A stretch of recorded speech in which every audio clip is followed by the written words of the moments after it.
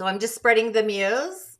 So if you are missing out on my Sunday webisodes, I've been doing a weekly webisode series on Sundays at 11 a.m. Mountain Time called Change Your Stars. It's how to navigate your intuitive gifts to live your life with purpose or directive. So this Sunday, I'm inviting you to look into the hearing sister, also known as clairaudience. It's your inner audience or voice along with a few other voices. But welcome to my muse for today. So I'm going to go a little bit longer about each of these ingredients that we all have. This is kind of the second trinity in Merkabah. It's beliefs and otherworldly and different aspects of the mind as well. So in my courtyard or my round table, I have a collective or magical spirits that assist. And I actually invite you to create your own round table. I call it my queendom. I actually call it Wonder Women. So if you've seen my posts on my personal page, I did kind of a Wonder Woman thing with 2020 and I wrote 1984. And there was a question at the top. And it was just interesting what triggers the mind. But each person, spirit in my queendom actually has a magical gift in my village, in my tribe. And I love to watch everybody's gift grow. So this year is the spirit of water and the Dagara. So I would give time and space and find your inner peace, clarity, and more importantly, reconciliation in your galactic corridor this year. So those of you born in a year ending in a 1 or a 6, you are of the water element in the Dagara. But I honestly think we have all of these elements within us and just how we have our own elemental choreography, kind of like our galactic choreography, and they all kind of fuse together. But be sure to attune to the frequency of peace this year. I might actually go off on a peace tangent later sometime, so be sure to tune into that. But today I want to muse about beliefs in general, and just know that beliefs are one of the most powerful thing there is, because beliefs in consciousness, it connects to other people's beliefs. Law of attraction actually ensures that beliefs are connected to other people of the same beliefs. Can be a label in all reality in a weird way. So whatever you believe or not only determines the reality that you live in, but it also determines who you are in reality with. So I'll talk about that more later. But this is the fabric of unfolding into a pattern. It's kind of like sacred geometry in a way, because beliefs must be sacred. They must hold time and space. They have to be something very near and dear to us, trusted and protected by none other than your inner self, your spirit. So to believe, your heart actually has to be attuned to it. More importantly for me, anyways, I always have to feel it, because when I truly love something that's sacred to my heart space, that's when you organically feel it. And most of us are literally disconnected from our feelings. So when that wave of feelings come in, actually, you'll notice it literally scares the shift right out of you, because we always go down the rabbit hole. But just know that when you organically feel something, it isn't too long before you believe it within our heart's story. So have you ever noticed what it takes for you to believe in something? So beliefs have to be something you love, something that you feel, and that's a frequency. It actually has nothing to do with ideas. That's our mind. It actually comes later in the journey of consciousness. That's like, have you noticed when you meditate or contemplate how the mind will literally pop in with an idea and literally drag you to a total different conscious stream? So that's how I created Soliciting Solitude, was because of that. And people get in the way of their own mind within the meditation, just kind of thought surfing around, which I am beyond gifted with thought surfing. Just to ask anyone who's actually in my village physically, I am a multi-surfing reality mind.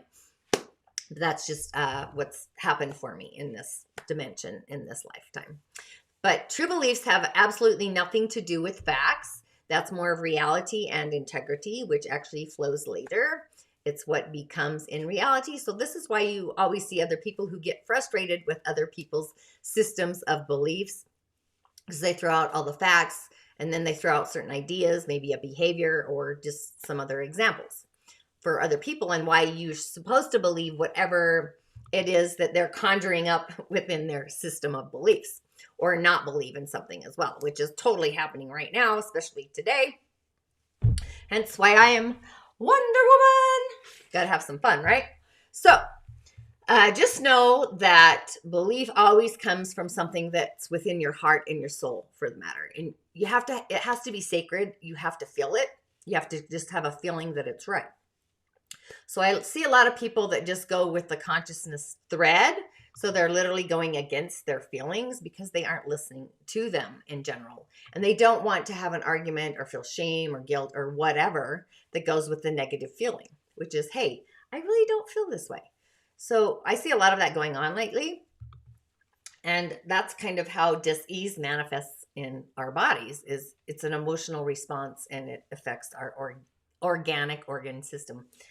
So just know that what I find interesting and actually really curious, because I'm staying curious, is that belief actually comes way before reality actually happens or manifests. So you can actually hijack somebody's beliefs. So that's one reason why beliefs around, or they're just so powerful, and not just religion, but government, state, and different propagandas, even con men, which there's a lot of that happening, right? Because you have to tune into your feelings, because people are trying to lure you away from what's most valuable to you or the people in your village that you love organically from your heart space. So if someone can get you to believe, then they will own you in the next phase, which is belong in your thoughts and even what you are opening up to receive, which is the flow of the Merkabah, or even what you call God, or what you decide, or even how you act on your own character to what you manifest, and none other than your reality, because what you be is what comes in reality. So if you have a wrong belief, just know that every aspect in your personal Merkabah will literally be corrupted. And that's how, and even why, men have gone after religions to control populations. And if you can control the beliefs, kind of like Hitler did, and some evils out there, but what is being flooded in the streams now. So there's a lot of dark evil in the consciousness threads. However, I also see a glimmer of light in the show as well, to the extent of having a conscious, or maybe not so conscious, conversation with God universe every day. So just like old Hitler controlled what he believed in with the state, or whatever that conscious stream was, when this happened, you control their entire life. That's why all this repression and oppression, and not just educational systems, but all these crazy systems, is to keep people from knowing, which is your inner barometer, other options exist, or knowing the right options in your heart space. So if you can just control the beliefs, you'll literally control the entire lives. So belief in consciousness is basically individuals, the big collective consciousness. It's like a light bulb in a weird kind of way, but whatever it looks like. So it's made up of our souls, hearts, and our emotions of history over certain matters, energy and matter. So it's made up of our heart and our souls and our direction in life. It's streaming in these thread lines and timelines or lifetimes. It's really a kind of a thing. So your beliefs are really, quite frankly, what you want to be, what you want to live. So to me, that's what be, live is, or believe. And the weird thing about the energy of belief is, by just law of attraction, belief wants to connect to similar and like beliefs, because beliefs connect to beliefs. Connected to beliefs become the whole collective, which is our sacred garden or our village or our tribe. So as one collective consciousness of one, sometimes people fear, or they actually don't follow their beliefs, right? Because we're afraid of how it's going to go against the collective stream of consciousness, or these rivers, these thread lines, because we're afraid of how it will go against just the collective in general, whether it's in the physical world or whatever dimension you're in, because a woman's collective consciousness connects to that collective consciousness. But sometimes people will change their beliefs to satisfy others in the collective stream as well, because sometimes people never question their beliefs. So that's why I'm always saying stay curious and question everything, so you can satisfy. Most people just stay in that stream because they want to satisfy the others. Could be your family, groups, whatever, because you have a fear of rejection by the group. So people end up repressing their own beliefs. And when you limit your beliefs, you actually limit your own inner power, your potential to manifest and create. And that's really what a self-limited belief is. It's a belief that satisfies others, but actually limits or puts limitations on yourself. So the question you might be asking is, how does somebody know if they believe something or not? But just so you know, it has nothing to do with what you think. Um, it has nothing to do with facts. You have to ask. That's actually asking if it has integrity or not, or basically. So, yeah, I did a post on my page, like I said, Wonder Woman. So that's a whole nother story. And I don't think anybody noticed the Wonder Woman picture and the fact that it said 1984. They were too stuck on the question, which was kind of a polling question. But so that was always curious. So you basically, through time and space, you have to tune into your heart frequency and love the belief. You have to know if it lights up your heart and if your heart agrees with it. And also, does your heart wish it's true? And the next condition is, does it feel? It's the frequency. So, like you have a wish in your heart, but does it feel true? So a lot of times people wish things would be true, but they, when they check in with their feelings, they feel like it doesn't feel true. It feels kind of gunky or funky or funny in a way, or, the gut sense that we should tune into. And at this point, you're having a hard time with your boundaries within yourself, and you're not allowing your feelings to protect a situation. Like when the feeling says run, run. Animals do this all the time. They frequent the frequency.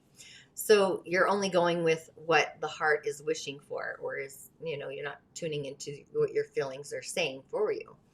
So your feelings kind of tell whether the rest of you is literally on board or in tune with what your heart's desire is, or that wish. So that's because in order to manifest, the rest of our beingness has to be on the round table or on board. So my belief about beliefs all comes down to the belief of creation. I believe we are all creating and manifesting our own reality. So if what you believe is something you want to be and live, something you intend to create because you believe it, then you can create it. And if you don't believe it, you just can't create it. So if your heart is invested in it and believes in it, which means that your heart truly believes it, and then your feelings give you that nice bubbly feeling that usually it's the one we're not sure about, and you believe you can make it happen. But if your heart believes that the world is in chaos and evil, then you will invest. In fact, you'll manifest evil in the world and around you. And then your heart might believe the world's evil, but that might be from a past life experience, another lifetime, which I believe they're merging. So your heart has to come to the conclusion, and then you end up having a bitter heart, and your heart's bitter about the reality you're in. So your heart believes that the world has evil and chaos. So in the galactic universe, God uses beliefs to kind of organize clusters of people together. So that's when you'll be law of attracted to evil people, and the universe and reality will actually support this 100%, because in the tuning and the frequency, it's saying that that's what your heart wants to experience. Now, you might be saying, but hey, my heart doesn't want to believe that the world is in chaos and evil. That's why I'm sitting back and eating popcorn and watching a movie in my reality. But so the next question you kind of have to ask yourself is, do you believe that your heart doesn't want to believe this? Because my heart doesn't want to believe this, and it's watching it on the conscious streams. But if you believe that you want to change a belief, then you absolutely can.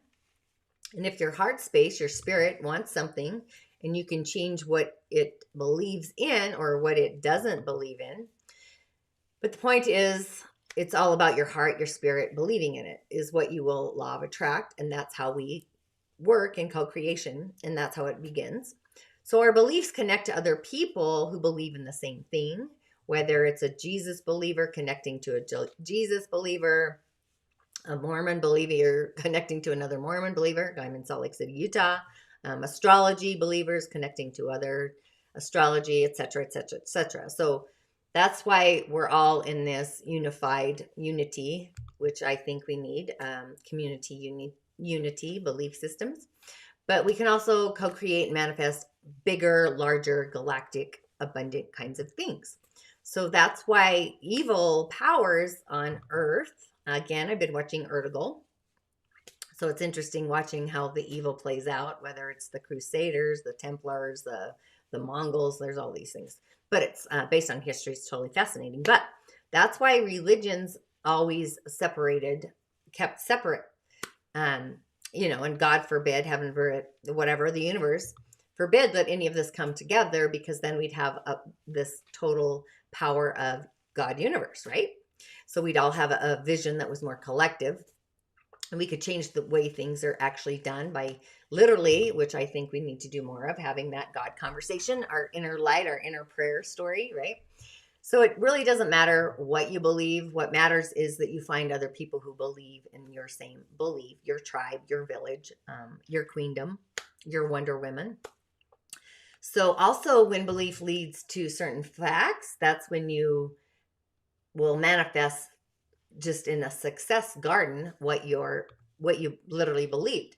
So once you manifest what you have believed and you know it, that's how you know things is manifesting for you, is what your heart actually believed was true. You become heart centric.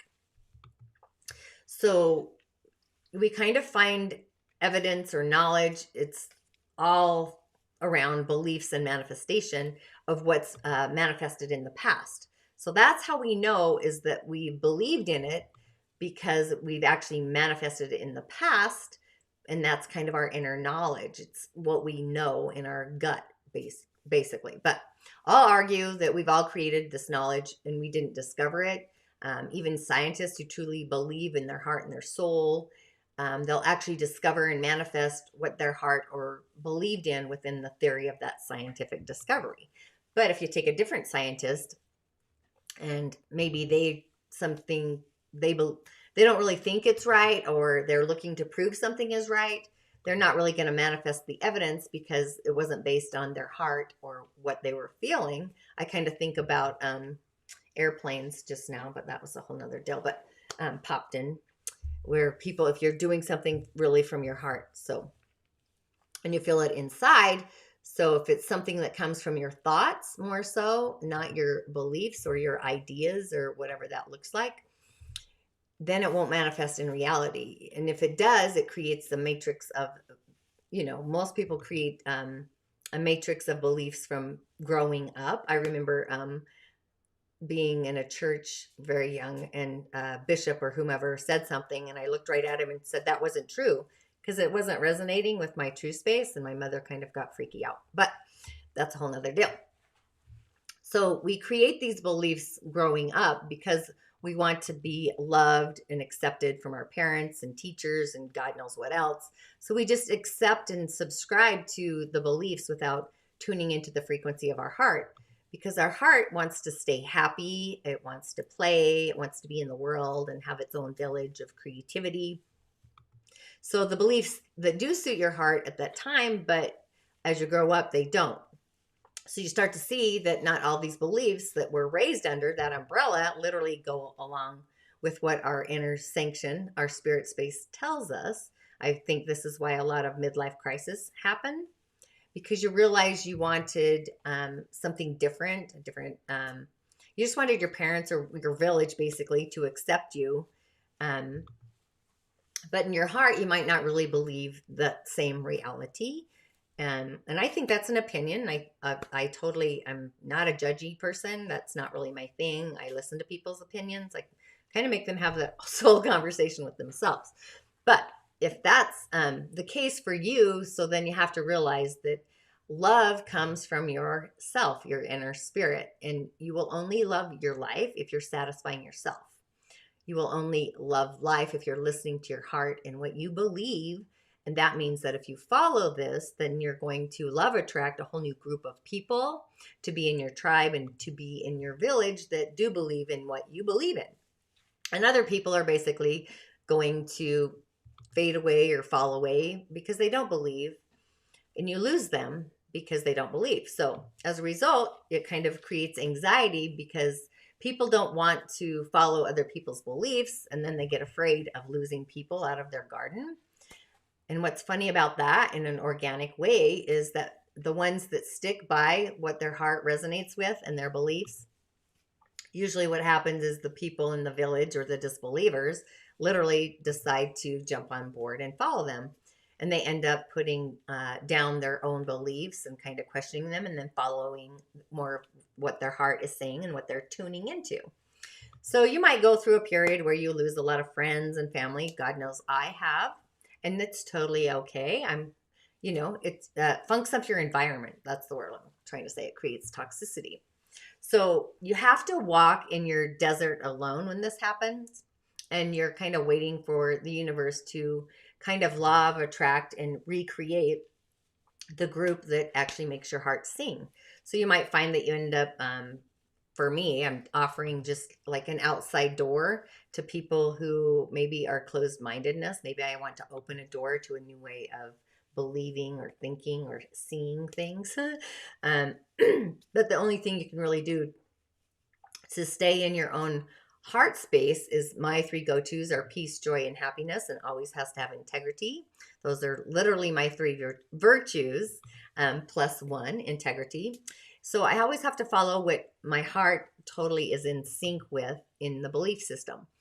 And a lot of people grow up under certain categories of beliefs. And then again, over time, they start to feel that something's wrong in their heart space. But they're literally too afraid, and they're listening to their minds, not into their heart, because that's kind of our choreography of life. So a lot of these people actually feel inside that something is off. They might act out. They might think what's off is the other person, and they literally have to convince you that what they're sensing, feeling, believing are correct. And the reason why they're trying to convince you that their beliefs are correct is because inside they know that their heart and their feelings aren't really going along. It's not resonating. But your mind, or what you've decided, the authority over our beliefs is our decisions. So we do this to convince ourselves, and you literally try to convince the other person that they can get you to feel good about whatever it is, and they can feel good off of your feelings. So they're literally hijacking other people in order to feel good about their false beliefs. So this is kind of the darkest form of all of this that I see out there. They're manipulators, and they're people who are really kind of twisted because they're truly living off of the beliefs of others or the faith of others. So when they themselves have no inner faith, so they're kind of a parasitic, kind of toxic type of person. Sometimes followers are just simply following and feeling something's off, and really they're just going to argue with you because they're using you, kind of against you, to argue with themselves. And they don't really, intend to be dark or to eat off and be parasitic and toxic, but they're arguing just for the sake of arguing with themselves, because you're kind of like a mirror. So it's the constant trying to get to the core energy of a belief within yourself. So it's a bantering. So just when what your heart, people don't tune into the frequency of their heart or even listen to their bodies. So you just have to kind of ask these questions. Is your heart telling you this is true? Do you feel this is true within your beingness? So if the answer is it's true, like it feels that way, that means, that maybe I don't agree with you. So we don't belong in the same room if you go against that, right? So the only thing that really matters is what your heart, your spirit is saying to you. And that's what your soul intends to be and intends to live in this timeline. It's kind of your soul directive in a way. Your prime directive is what I would say too. But so you're manifesting something, and you have to kind of ask yourself a choreography of some questions within your soul space. Do you believe this is possible? Does your heart love it? Do you feel it? Do you believe it? I'm always going through these channels. And does it fit within other people's beliefs that's in your garden or in your village, in your tribe? So it can be kind of awkward standing outside of your belief story. So if it's something that you can't believe, you have to, if you don't believe in it, you're never going to get the job done, because believing in yourself is actually a very important part to the entire system of beliefs. You might believe in a project, but maybe you don't believe in yourself. So that's kind of where it's broken down, and you kind of have to shift it. So if your heart doesn't believe in it, then you're not going to be able to follow through to the manifestation of whatever that is. So when your heart believes something's true within its soul space, the spirit, and then you feel the frequency shift, then God universe will literally move heaven and earth to create and make it happen. So I've witnessed this in my own life. I would say it was a miracle. And we all have miracles in group settings as well as singular settings, whether it's Jews, Muslims, Mormons, Christians, whatever, because in the group collective, their hearts are invested and they love it and they feel it and they believe it. So you manifest it. And it doesn't matter what the facts are, that's words. And it doesn't matter what people think or even what they say in this reality. And it doesn't matter who the control Mongols are or what they've tried to do. So for me, the word obey comes up. But you have to actually feel and believe it to manifest in reality. And sometimes we fight our own story because reality will follow what our heart loves and believes. So there's one thing about beliefs that actually doesn't count, and it doesn't matter what you believe about somebody else or a perception of somebody else. Beliefs about someone else are under that person's beliefs, and only their beliefs can determine what's going to happen for or about them. So that's kind of the way God universe works, is if you can be absolutely wrong about somebody else, because you can only believe in truly something that actually comes from your inner heart or your inner self, your spirit. So if you're stuck on the idea or you believe that a certain person, we'll say a husband, like for me, I have so many boyfriends. They're all, what would I say? Characters in some play. But if you believe a certain person is your husband, but they're in another country and they have kids, well, it's kind of possible, but you have to modify that. You have to kind of ask, do I believe this? Do I deserve this? Or I deserve to be with a person like this? So it might be this person, and that's what you believe in, and you believe you're going to get it. But saying it's going to involve someone specifically by name, you're kind of engaging and you're sabotaging your story, because one thing's absolutely true in the world of spirit, it's the law of free will and integrity. You can never overthrow somebody else's free will. Now, that's kind of what we did in the ancient ages, the Byzantine era, the Dark Ages, is we went into towns and beat the shiz out of people until they were forced to believe something. That's how we did it in the past. I'm kind of wondering if we're getting into beating it into us at the current moment, but that's a whole nother thread line. But if you're trying to attract great love or whatever that is, you can't expect your beliefs to be true about anyone. That's literally up to their free will, their creativity. And that's what makes it fun is, but what the universe does is it laws of attracts to us something that fits within our own belief system. And so we're fluttering in the frequencies.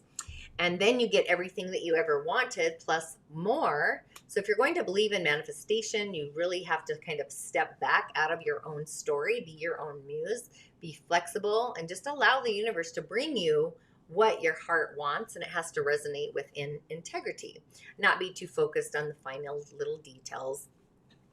I'll get into that later in the next few weeks of this new year. But in the belief stream and limited beliefs, you can only believe in things about yourself and your own inner garden for yourself. So what I mean by that is, of course, is in whatever you're creating or manifesting. If you want to manifest, you can only control manifestations in your life, in your garden, in your tribe that are clear, especially if you're working on a particular manifestation. Maybe you want to change yourself, change your stories, change your stars, right? So does your belief, you have to believe it's true within your heart space first. And it has to feel absolutely 100% 10 times possible, because the feeling frequency has got more leverage, I feel. So if your heart believes it and you feel it to be possible, so then I believe this is the power of your belief structure. So how you believe and what your beliefs point to, how beliefs are essential in your own inner story of creation or manifesting whatever reality on planet Earth. But one thing I failed to kind of share was within the courtyard of the queendom, my Wonder Woman village, in the characters is beliefs are actually they're associated with the character of the personality inside of us. So it's the ability, it's the part of us that can rewrite and tell a new story, a new chapter in your life. So it's just the ability to literally sit down and rewrite your story. I always have people write down what they liked and didn't like about a person, a love story generally, can be a job, whatever. Um, and then modify the negatives into a positive so they can attract or love attract the story of what's syncing with their heart. So the story kind of is on what you think or your ideas, or based on a story that maybe you've been told. So then when we do our story based on looking at somebody else's story, our story becomes a fantasy novel or total criticism of complete fiction, because it's not based on our heart. A lot of people get into relationship because they want one, not because their heart's invested in it, and then they wonder why the tower falls down. But so if your inner story writer bases your story on your heart space and what you feel inside of you, so then that's your soul legacy that you're creating and writing. It's the story you're born to live. And I don't know about you, but my my scribe is definitely writing a comedy story. I think that's why I wrote the book Changing Faces, because my relationships, it's like always watching them from a third person point of view, which I talked about vision last week. But I'm kind of the queen on the outside, and I'm kind of trying to work on that and kind of fix my inner story, or change my story, change my stars. So I just have to laugh at yourself.